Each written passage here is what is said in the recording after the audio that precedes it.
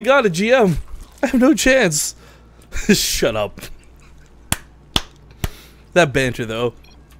Alright, ladies and gentlemen, we are in the finals for the DSCL, the Dutch StarCraft League. It's game 1 in the last best of 3. It's just fought up from the losers bracket. In the bottom right corner of the map, it's the teal Zerg player, Tomikus. The top left has the red Protoss, Spacemarine. And some folks were asking us, like, did they literally cast a best of 69? The answer is yes. It went on for 19 hours.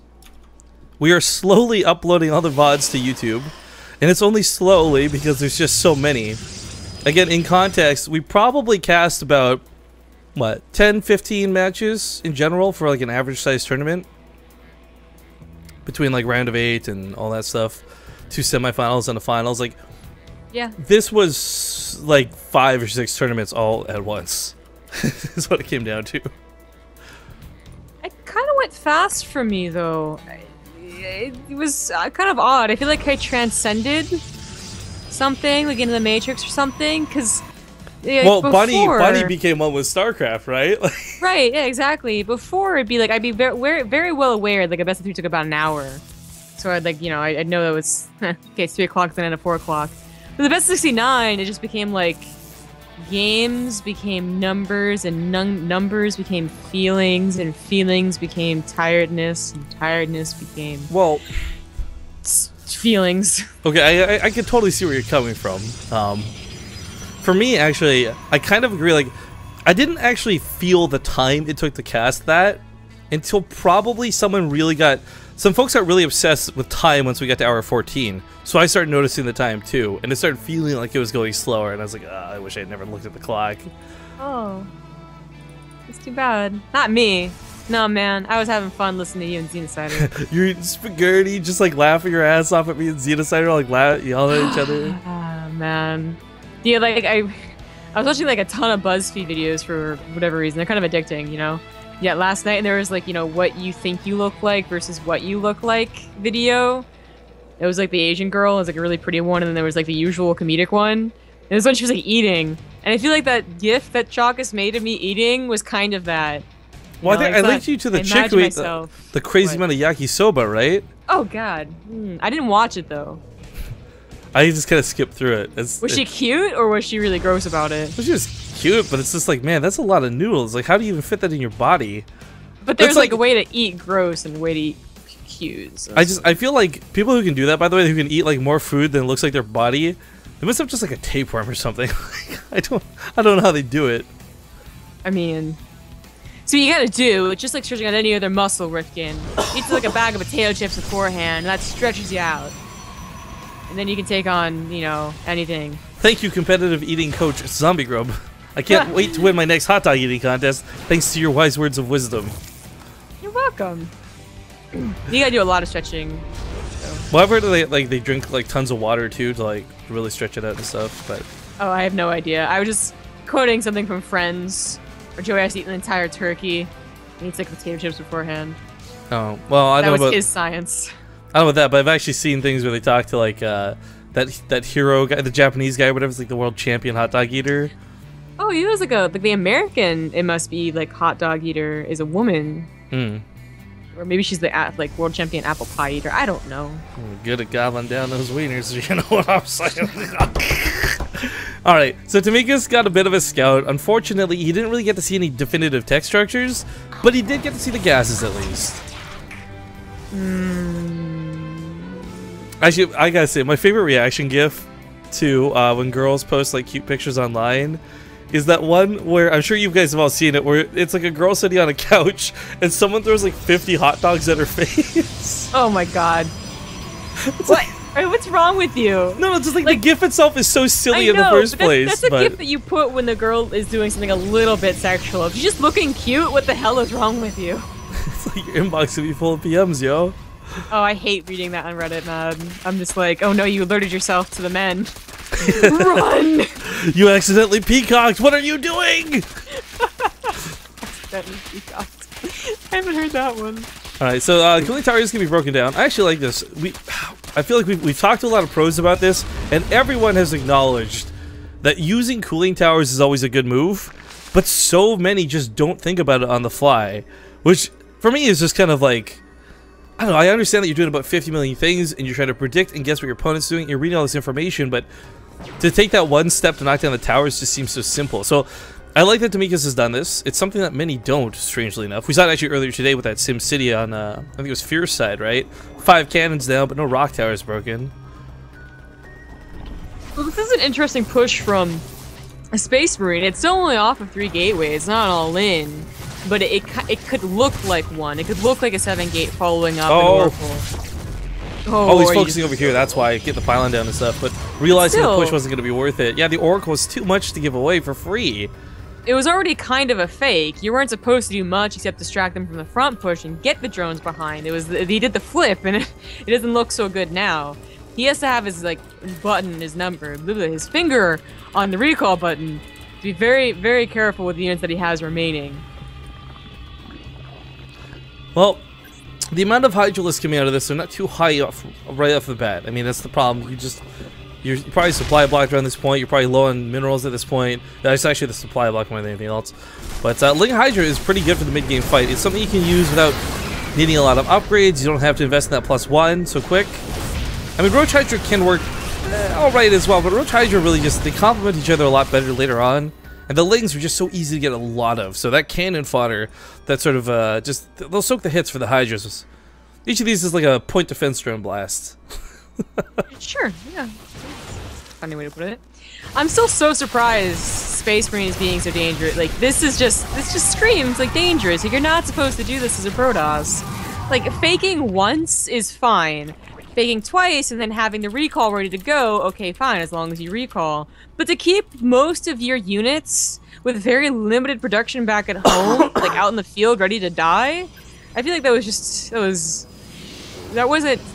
like he's tired or something. Like, there's nothing you would usually do. You can see the folks in chat who are just immediately on your side for any conversation because they're like, what GIFs are you talking about, Rifkin? Guys, why is it always gotta be sides? Like, Zombie and I could be on the same side. You guys know this, right? I don't think that's true. What? Well, you know what? I'm just kidding. But this is like a paradox, because if I agree with you to be on your side that it's not true, then it's not true that we're on the same side. So which door do I take to go to heaven and which door goes to hell? Which brother's lying to me? That parrot didn't tell the truth at all! Anyways. I love paradoxes, to be honest. It's like, do you? Makes your brain all fuzzy thinking about it. I don't think you would like them if it was a life-death scenario. No? I don't know. Like, I think a lot of people would think hard on it, and I just rolled the dice. You've played like Battlestar with me and stuff. You know how I roll. I'm all about that chaos. I hate you in Battlestar. You're not invited back. It's not how you play the game. You're just jealous I was so good at the game that you guys had to put me in. That's not how you play it. Y'all had to put me in jail because I was so good. You were just scared of me. Is what I finally came to accept at the end. You're supposed to help the humans if you're human, not confuse them more. Actually, Lycan still calls me a Cylon, and I'm just like, this is not even a joke anymore. We found out that you were a Cylon. Someone found the gift. Thank you for linking it in chat. I know. So stupid. It's such a good gift. Because, like, the best part is, my favorite, anything related reaction wise, the best part is, like, when you can watch them out of context and still enjoy it. But, okay, we'll put the silliness behind us, guys. So we have the game ramping up. I really don't know how I feel about this. I like the +3 weapon upgrades. I like the Colossus. There's always going to be the Fear Vipers, you know, with an asterisk. But I don't know that I like the Templar Archives coming down so soon. This is not really a situation where I think Space Marine can afford to get Storm. I mean, supply count overall is already lower than Tomikus's. Not to mention the fact that it's one of those things where, like, you know, these important units like those Colossus, they're gonna get abducted. Maybe a couple Templar for feedbacks into Archons immediately would be good, but for the most part, I think if he goes for Storm, that's really reaching. That's a lot of gas he doesn't have right now. Yeah, maybe. That push out earlier on is still kind of making this feel like a weird game for me. But honestly, supply counts aren't terrible. Like 40 supply, that's a couple of good force fields, and Colossus, you know, splash damage. Although he really doesn't have that many force fields. Only 3 sentinels are alive. So again, just this is the type of poke that you do, and then you go back home. Maybe you interrupt their, you know, their droning or getting a 4th base or whatnot. But just a poke. Make sure the creep doesn't get too far, and then you go back and you defend. And if you don't have Storm, well, at least you have feedbacks to the Vipers. Yeah, that's for me what I think is the more focus of this. Because let's say you warp in a couple Templar now, and you're just specifically looking for feedbacks. Well, they live, they don't die, you don't have a fight, it's passive, you got Storms later. So it's not too bad to invest in earlier, but at the same time, not a big deal either. Now, one that we don't really have set up for Space Marine, regardless of where or how a fight goes down, we don't really have pylons snuck over here. We don't have a warp prism sitting in the main. There's not a lot of counterattack potential for Space Marine, and 100% of his army is probably going to be involved with a giant push. Yeah. But it's pretty much totally prepared for it. They're both getting maxed. He's got everything tech-wise that he needs, including some revelations to really keep track of the army. The 4th base is going to be cancelled, and Burrow and Telling Claws is going to finish and give Tomikus some options for his own harass, but probably won't be that big of a deal. There's the Spire that should be turned into a Greater Spire. It's just that it's got to be the end game go-to now that Swarm Hosts have been nerfed as they were. Just getting Brood Lords. Well, we've seen, because when they changed the Swarm Host, as much as Roach Hydra has become more popular again, we saw a lot of these fast Ultras, fast Broodlord builds. Kind of cool to see. But, Fungal Growth can hold the Stalkers in place. Storm also going to land on the Hydras, though. Not the greatest Storm. That one's a lot better. Round 2 for the win. Time Warp's a little bit late to the party. If those had matched up with the Storms, that would have been fan-freaking-tastic. But all these Hydras, all these Roaches, they're like, one shot from death. They're all in the red. Yeah. Well, he got a Fungal plus a Blinding Cloud, so I don't blame him for trying to take that fight. Unfortunately, the Storms aren't affected by that, and the Storms are going to be so good. He has to chase / retreat through the Storms. That was not as good as I thought it was going to be. All the High Templars either died or had emerged into Archon, so it's still really good, but it wasn't as got one. Bottom side is going to be in some trouble. There's just nothing left to defend this. +3 weapon upgrades. You know, 2/2's on the way for Tomikus, and it might finish for the next fight. But even then, it's going to be so hard to contend against the Protoss army of this, this strength, this magnitude. There's 4 Colossus in this, for goodness sake, and I don't see any Vipers to abduct them. Not a single one, and nothing in production. Plus, Vipers aren't that great defensively anyways. You know, they yeah. They just don't have a lot of room to maneuver to pull the Colossus back into a good position. They're just always in a bad position. But Space Marine is just a little too scared, despite having probably maybe a kill move right there. He just goes back home and secures his 4th base, and I guess waits for a couple more Colossus. Because there's something else going on from the production tab wise. He's got no upgrades he got to wait for. Honestly, this is giving Tomikus time to remember that he could go to Broodlords, which I really think should be his next attempted maneuver. Because again, Roach Hydra does die off with or without Vipers. It's not the end game composition once Protoss has gotten their end game composition. You need Broodlords, or you need Ultras if you think you can really get away with them. The resub is strong in this one, says Perchito. Comes back for 15 months, by the way. 15 months, I can't even. Welcome back, dude. More cannons coming down. A little bit annoying that he has to invest like this, but I mean, we'll stop these attacks. Keep his army from having to come back home. Very rarely is it that you're so full of supply you can't afford to warp it defensively, but it is sadly the case right now. Now it looks like he's gonna go push. Ooh, Oracle's gonna go down. The Revelation. Colossus a little weird here. Whoa, that was weird as hell is what that was. That sucked. Was across the screen. He does walk a couple of them back though. I mean, the one Colossus lives with 2 health. There's 4 in total. There's a lot of storms beneath this. And that was bad phrasing perhaps, but that was Tomikus blowing his load, so to speak. That was all his high-tech units downroofing the equation. Feedback's gonna go down. Looking for some more storms. Not quite gonna be able to connect. Blink Stalker's moving forward. Big, or not big attack, but the same attack. Roach is still going on in the main.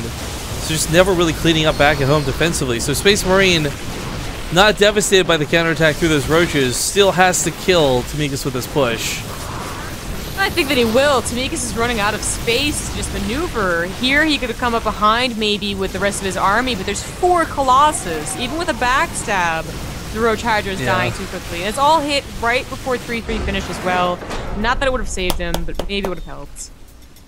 Well, congratulations to Space Marine as he'll take game number 1 here in the best of 3 finals for the group. Again, this is Group B.